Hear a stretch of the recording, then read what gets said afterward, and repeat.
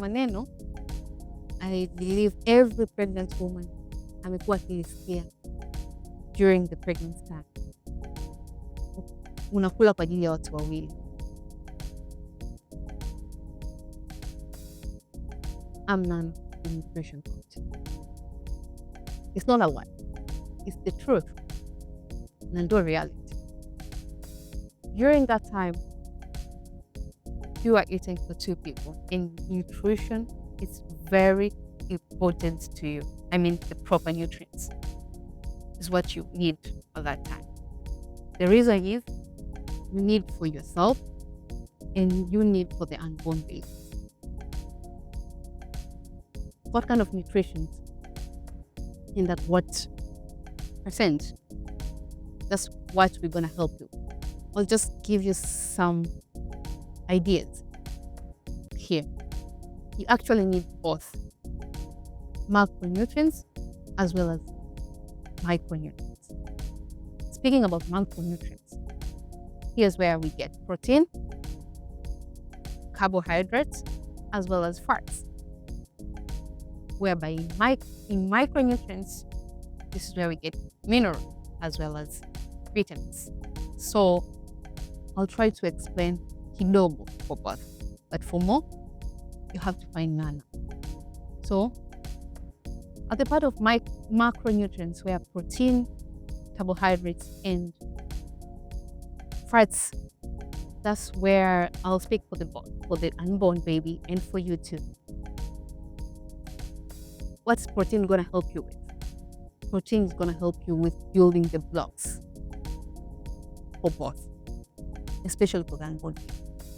Protein ndo inaenda kutumika kumjenga mwili, mifupa, and a lot of stuff when we are unborn babies. And it's very important for you too, so as you maintain your muscles.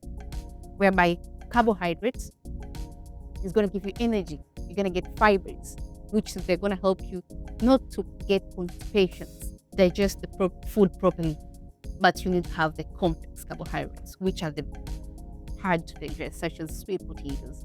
There are a number of them. We can talk about that today. Fats, that's very helpful for you in the part of hormones. I'm going to go to the second part with micronutrients. This is the important part too. Your unborn babies needs different kind of minerals at that time, such as calcium. Calcium is going to help the baby with building blocks, actually. Iodine is going to help him with building the brain. There are a number of minerals, such as iron. It's going to help you with not to get anemia, usipungukiwe damu. So there are a number of reasons for a pregnant woman to consider and have proper nutrients at that time, as well as the postpartum time. It's very important for you to consider the nutrients too. You have to remember at that time unakuwa umejifungua, so having the right nutrients zitakusaidia wewe for the comeback, such as iron. Iron is going to help you kurudisha the blood that you lost during the child.